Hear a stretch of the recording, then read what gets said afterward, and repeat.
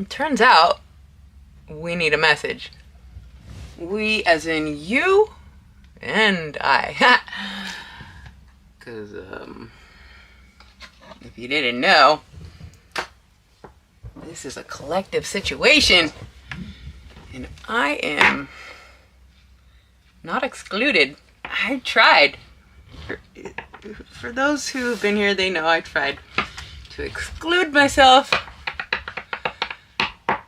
There is something so different about the way I read. but then again, who wants the same? You can go to somebody else if you wanted the same old. Okay, so let's get a message, and hopefully it's insightful for everyone involved. Nobody needs to mention the haters, but there's a couple haters. There's like a new one that, I don't know, goes through and like dislikes the messages on purpose. It just kind of adds to the flattery, because it's like, if I wasn't into somebody, I wouldn't invest in disliking them. I would not engage. People are different, and different is weird. My babes are weird, but we're weird in a good way. Anyways, can we just, you guys know how sensitive I am, and the haters, there's only been a couple, and then the situation where I was going downhill for like months, and then all of a sudden we got a breakthrough. So here we are, breaking through. Breaking through the energy of insecure.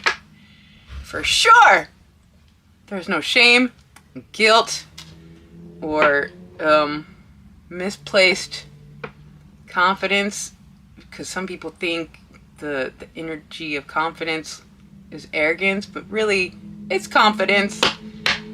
And some of us are so confident. Amy Hiskey, my babes are so confident. If you're not expressing your confidence outwardly, that's why I'm here, to be like, time to express the confidence outwardly. You're not what's it called, an imposter, because they have manipulated every energy from, like I just said, confidence. They'll turn it into arrogance. Your brilliance, they'll turn it into phoniness. I don't know, I'm not coming up with the examples right now, but like, there is literally an opposite energy. Not even opposite. They've just somehow figured out how to manipulate all the good energies that represent good things into a bad energy representing bad things. And one day I'm going to be able to deliver the malnourished vocabulary with such grace, dignity, and delivery. It's a thing. It's like my babes and I, we're already aligned, but we are unfolding the ability to deliver the message of truth. My neighbor, they spend a lot of time in the backyard, and she makes the backyard look very appealing. But she also smokes a lot of cigarettes. Actually, vaping. I used to vape. Anyways, what was I saying? My babes. The point is, we're about to get a message that's going to help encourage my babes to open their voice, or some form of expression of the truth, which is an unfolding, the inevitable unfolding of the truth. And the ones who thought that they'd never get caught or never had to take accountability, it is unfortunate that they must. And the second somebody betrays their authenticity is the second they live with it, and they can be their own worst judge, knowing what they have done. And so the ones that in actual positions of authority that think that they can judge are not the actual judges. The actual judge is us. Jesus even says, I'm trying to get away from the whole Jesus thing because but anyways, he even says, judge for yourself what is right. As if we're not supposed to stand true to our instincts or our intuition or our innate ability to gauge the truth. It's like we don't have to look outside of ourselves. That's the whole trap. To look outside yourself. And seriously. I mentioned this a couple days ago that when I was at my darkest point in reality, felt forsaken. I've been trying to understand if God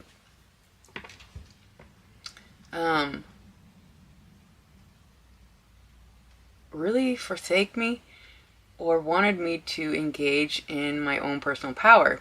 But I have come to realize in the last few days that the power source that flows through us, and when those of us that have done such inner work and don't have many blockages, the energy can flow through us. Is like be very aware. We're the ones who've done such work. We are very aware of the energies that come in and the ones that we align with and the ones that just need to be released. And so when this situation happened where I felt forsaken and I had to pick myself up, so I thought it was truly actually still source that picked me up. The energy of life, the energy of intention to continue to thrive, to rise. It's like the cosmic intelligence is forever flowing, and something about having our system clogged and blocked versus unclogged and unblocked, and the systematic ways that for whatever reason the bad ones want to keep you mute and dumb and numb so they can benefit off of your fear and your fear. And it's like they turn Jesus into a symbol and then to a market to exploit. But really the energy of life is so rare to, it's like there truly is no actual English language.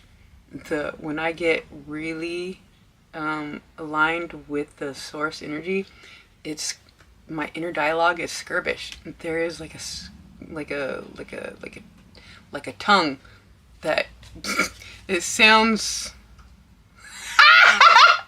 yo the inner dialogue of the divine skirbish. Has anybody experienced this? Seriously. Oh my gosh, we haven't even pulled one card. What's the message? I don't know. What's the message? Let's just get one of these. I think we're just gonna pull one of these for my beautiful babes. Just trying to get a message. If we may get a message for my babes. I love you guys. You truly don't know how much I love you. And if you think you love more than I love you, you're mistaken. I love you more than you can possibly. The truth is, actually, there's no words. What I've done for my babes. Some babes know, because they have gone through some certain sacrifices for the truth. But yo, we can argue about this all day, but I love you more than you love me, and that's on period, and that's gonna be what it is. So here we are.